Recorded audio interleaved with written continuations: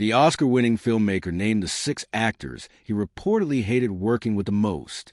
From explosive egos to shocking betrayals, these aren't just creative disagreements. They're Hollywood war stories. So who made Ron lose his patience? Which legendary star nearly drove him off set?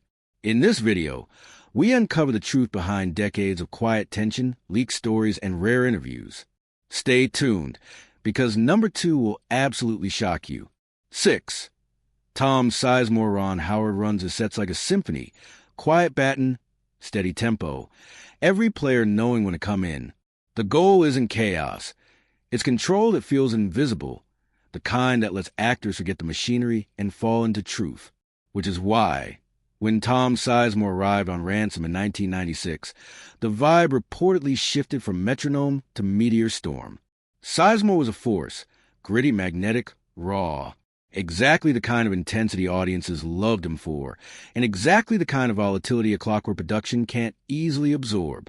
Crew members would later describe a palpable tension in the air, the sense that the scene you rehearsed might not be the scene you shot, because one person's energy could spike or crash without warning. Howard's philosophy is simple. Preparation creates freedom. You plan so that discovery has a safe playground. Insiders say Sizemore's process pushed against that rhythm. Call sheets didn't feel like promises. They felt like suggestions. An entrance might ignite, then fizzle. A line could come out electric, then arrive like static in the very next take. It wasn't about missing marks or forgetting dialogue. People said it was about an unpredictability that bent the room around it. On a Howard set, where calm is culture, that kind of uncertainty becomes expensive fast. In time, in focus, in trust. There was one day when it was set in hushed, careful tones that the production had to stop dead in its tracks. Not because the lights had failed, nor because the cameras jammed, but because the emotional weather was wrong. Howard, apparently, called for a reset, so diplomatic that it is fault. There were no raised voices, but no public scolding. His major action seemed to be to reblock coverage and alter shot order, as well as rebuild the day based on the energy he actually had, not the energy the schedule assumed. It is the soft power version of crisis management. Don't escalate, contain. The sound on the set didn't explode. It blew out. But everyone got the subtext. When the director protects a rhythm at such a scale, that's a flare. At times, the clock bleeds minutes. This chapter is exciting because the images worked. Sizemore's presence on screen is coiled, menacing, alive, and crackles in Ransom. Howard's been brilliant at channeling messy brilliance into clean frames, and sources say he did again here, adapting on the fly, like a veteran quarterback reading a broken play. The toll was visible in the workflow. However, assistant directors, ever the triage nurses in production, had to manage resets. Heads of departments tightened up their communication. The set family feeling Howard builds, egalitarian, respectful, quietly cheering, had to put on a suit of armor. You can feel that kind of tension even when nobody says anything. It is there in between setups and edges into the rhythm of a lunch break. Whereas the lesson was not at all about blame, as people around Howard would have you believe. It was more about borders. Passion is the spirit on a film set. To have discipline is an account that keeps it. When it becomes a roulette wheel, trust decays between actor and director, between director and crew, and just as crucially, between the film and the schedule. Howard did not moralize. He designed. He narrowed variables, increased coverage insurance, and found performance beats that didn't require perfect conditions to land. In other words, he engineered volatility and preserved the movie without publicly breaking the man. When Sizemore died in 2023, Howard didn't issue long quotes or sweeping elegies, and observers noted the silence. Maybe that's the most telling coda. Not cruelty, just distance. For a director who prizes preparation, the Ransom experience became a case study in the cost of unpredictability. The day stops, the crew waits, the plan bends, and the leader chooses containment rather than confrontation. Volcano on a Clockwork set isn't a moral judgment. It's a physics problem. Lava is riveting. It also finds the cracks. Howard's career, built on steadiness, exactly learned where to crack those cracks apart and how to route the flow without burning down the studio. If you thought Ron Howard's patience was unbreakable, the next actor proved otherwise. 5. Andy Griffith, when Ron Howard first stepped onto the set of The Andy Griffith Show in 1960, he was just 6 years old, a red-haired kid from Oklahoma with a natural charm that lit up the screen. To the world, he was Opie Taylor, the innocent son of Sheriff Andy, living in the picture-perfect town of Mayberry. To Ron, the set was a second home, and Andy Griffith felt like a second father. Griffith took him under his wing, encouraging the boy's instincts and teaching him the rhythms of performance. Andy made me feel like I belonged, Howard once said. In those early years, the relationship was tender, playful, and genuine, a mentorship that seemed to embody the warmth of the show itself. But as the seasons rolled on and the pressures of success tightened their grip, the idyllic picture began to crack. By the mid-1960s, the show was a phenomenon, and Andy Griffith's name was synonymous with small-town decency. Yet behind the folksy charm, insiders noticed a shift. Griffith had become moody, withdrawn, even volatile at times. The weight of carrying one of television's biggest hits was immense, and began to change the tone of the set. Crew members described him as controlling and quick-tempered when things didn't align with his vision. Ron, now entering his teens, sensed the difference most acutely. The easy laughter between takes grew rarer. The gentle guidance turned curt. It was, as one castmate later said, like watching a summer sky cloud over. Howard was learning his first lesson in the gap between public image and private temperament, a lesson that would quietly shape the director he'd later become. The straw perhaps broke the camel's back through years of age and confidence in his own craft. It was perhaps through several years of getting older and becoming more self-assured in the craft. Howard was no longer satisfied merely hitting his marks. He began asking thought-provoking questions about story arcs, motivation, and to Griffith, low-key challenges in authority. The father-son dynamic that had once felt natural now had an edge to it. Griffith, familiar with doing things exactly as he believed they should be done at the end of the day, would not always have seen eye to eye with his on-screen son when it came to the growing independence. According to crew memories, there were days when Griffith's frustration came out in sharp exchanges against long silences. For young Ron, that was confusing. This was the guy who taught him everything he knew about professionalism. But that confusion evolved into understanding. One learns early how to navigate dominating personalities. He would later reflect, especially when someone can turn on the charm for a take, then shut it down completely between scenes. In the wake of his starred show ending in 1968, their relationship began to cool. No quarrels erupted, no gossip generated about them, just distance. They never worked together again, hardly got to talk to one another, only showing up in the spotlight when necessity demanded doing so. When Griffith transformed into a television legend, Howard moved on from a child star to a then amateur filmmaker, a good kind, empty with the discipline he had brought with him when he tasted it from there. Says Howard, probably short and carefully worded while reminiscing over Griffith's burial in 2012. He shaped me in ways I am still understanding. No bitterness here, only boundaries. As he began to plan his own directorial career, he'd figured out what his leadership shouldn't look like. In those early days, Howard gobbled up a length of the power trip that has stayed with him to this day, later deciding that in his movies, harmony was to be an aspect he would be known for, completing the warm scene on screen with the warmth behind it. His production was based on respect in every sense, one that worked with mutual respect and soft communication, rather than relying on overblown egos. If you ask the many who have been in contact with him, they have always found the paradox between his easygoing personality and the image of the past century, that of an emotional genius. For Ron, learning his lessons from Mayberry was less nostalgic and more about the structure. He was shown how emotional stress and a sense of ego could cloud an atmosphere of creativity. As he started in films, it was with a foundation of cooperation, empathy, and consistency. In retrospect, The Quiet Storm of Mayberry was not merely about Andy Griffith's quiet hidden volatility, but rather, it meant the cost of leadership under pressure.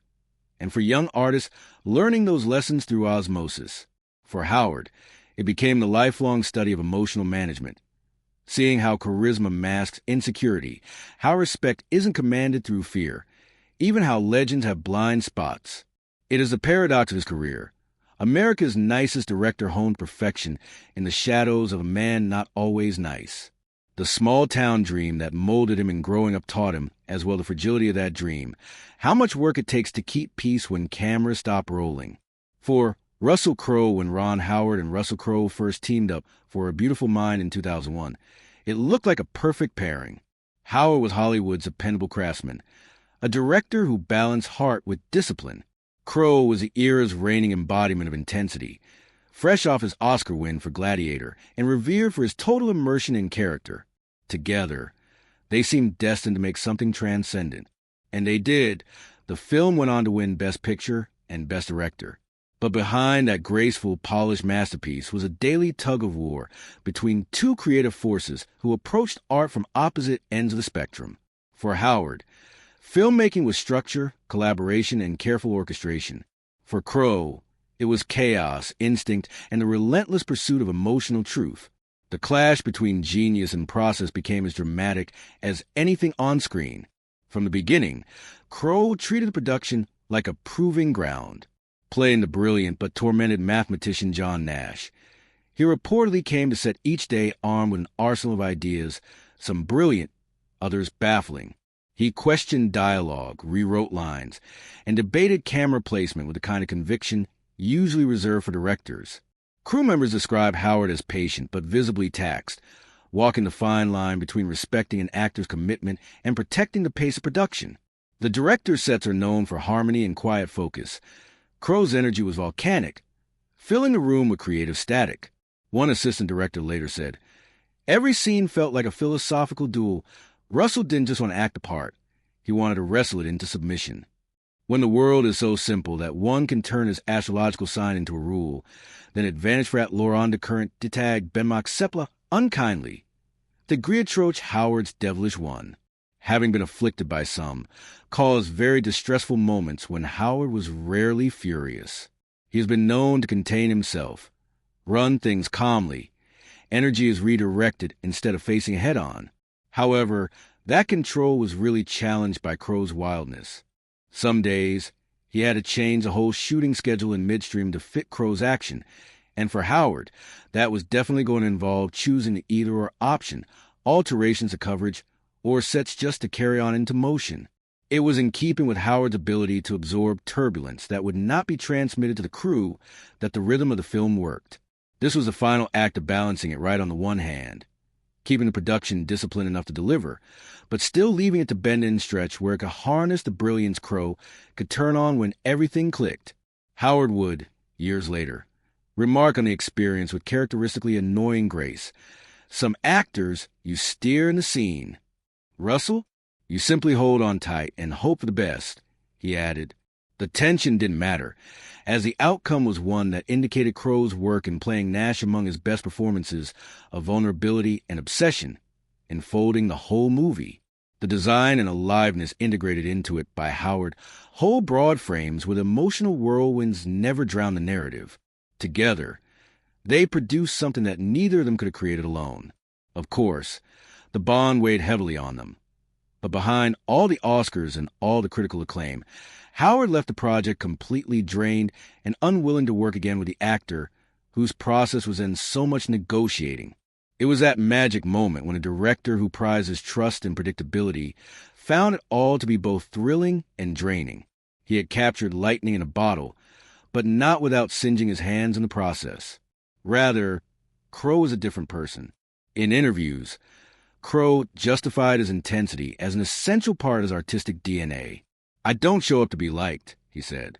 "I show up to find truth in every moment." He did not see it as ego, but rather commitment. Yet that same commitment could sometimes read as defiance. Crowe later stated his regard toward Howard, but hinted at the latter's steadiness as being confining. "Ron likes things clean and comfortable," he said in one interview. "Real art isn't comfortable." They still had mutual respect, but the gap between their philosophies was too wide for either to dare to cross it again. Asked in 2015 if he would ever work with Crowe again, Howard grinned and responded, "Some collaborations are meant to happen once." At last, A Beautiful Mind was both a triumph and a cautionary tale, declaring that even creative harmony comes with dissonance. Above all, it bolstered Howard's belief that filmmaking is the art of democratically engaging genius. not just controlling it. His patience during that storm became a defining feature of his style of leadership. Calm, adaptable, quietly authoritative. Crow's brilliance lit up the screen, but Howard's restraint rendered it bearable. Genius versus process, as it were, wasn't a feud. It was a study in contrasts, a test of whether the two artists could meet in the middle without completely losing themselves. They did well for a moment. That moment, however, won the world for Crow and Howard. It also taught Howard a lesson that will last. Not all magic is repeatable. Not every storm is worth weathering twice. If you think you've heard all of Ron Howard's secrets, the next one will shock you to the core. 3. Henry Winkler. When Happy Days premiered in 1974, Ron Howard was already a familiar face to America. The former child star of The Andy Griffith Show had grown up in front of the camera, and now, as Richie Cunningham, he embodied a new kind of nostalgia, the wholesome, all-American teenager navigating friendship, romance, and small-town life in the 1950s. The show was designed around him. He was the heart and moral compass of the story. Then, in walked Henry Winkler, leather jacket slung over his shoulder, voice cool and casual, as Arthur Fonzie Fonzarelli. The Fonz was supposed to be comic relief, a tough guy with a soft spot for Richie. But within a season, something unexpected happened. The side character became the show. Audiences couldn't get enough of Winkler's charisma. He was rebellious, but kind. Cool yet compassionate. The kind of guy everyone wanted to be or befriend. Fan mail poured in, and the studio executives took notice. Before long, scripts were being rewritten to feature more Fonzie and less Richie. Storylines that had once revolved around Richie's moral dilemmas now pivoted around the Fonz's adventures. Even the show's marketing changed. Posters, magazine covers, and interviews increasingly spotlighted Winkler. Howard, who had been the show's anchor, suddenly found himself orbiting a new star. One crew member later admitted, "The irony was brutal. The clean-cut hero was getting overshadowed by the rebel in the leather jacket." At first, Howard tried to shrug it off. He was professional, grounded, and genuinely fond of Winkler as a person. The two shared mutual respect and no open hostility. But inside it stung. For an actor who had carried the show from its pilot, watching the creative focus shift was a blow. Years later, Howard would describe that period with measured honesty. "There were times I questioned my place on the show. I didn't resent Henry personally, but I absolutely resented how the narrative shifted around me. What made it worse was that none of it was anyone's fault. Winkler hadn't schemed his way into stardom. He'd simply connected with audiences in a way no one had anticipated. For Howard, it was an early education in the cruel unpredictability of fame. The tension wasn't loud or explosive. It was quiet and professional. There were no shouting matches, no public feuds, just a subtle shift in dynamics. Cast members later recalled that Ron kept his composure even as his screen time diminished. His work ethic never faltered. But those close to the production noticed a difference in his energy. The easy enthusiasm that defined his early seasons dimmed slightly. He still delivered performances with warmth and authenticity, but he had begun to look beyond acting. On breaks, Howard spent time observing the crew, asking questions about cameras and lighting. The young actor who once dreamed of storytelling from the inside out was now preparing to step behind the camera entirely. In an unexpected way, Happy Days gave Howard his final push toward directing. Being overshadowed didn't just bruise his ego, it clarified his purpose. He realized he didn't want to chase the spotlight anymore. He wanted to build it. Instead of resenting the shift, he studied it. He learned how audience chemistry could reshape a production, how networks recalibrate around ratings, and how to manage creative egos without losing the bigger picture. Those lessons became foundational to his career as a filmmaker. Later, when asked about that transition, Howard said, "It taught me that stories evolve, and so do people. You can either fight the change or learn from it." He chose the latter. Looking back, there's something poetic about it all. The show that once made him feel replaced also gave him the insight to become one of Hollywood's most respected directors. His friendship with Winkler endured, proof that professional friction doesn't have to destroy personal bonds.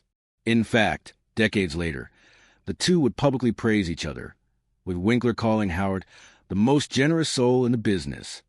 What began as a quiet competition ended as mutual admiration. When the side character eats a show isn't just a story about stolen spotlight. It's about humility, evolution, and the grace it takes to step aside and still shine. For Ron Howard, losing center stage on Happy Days wasn't an ending. It was a beginning of everything that came next. 2. Mel Gibson when Ron Howard signed on to direct Ransom in 199.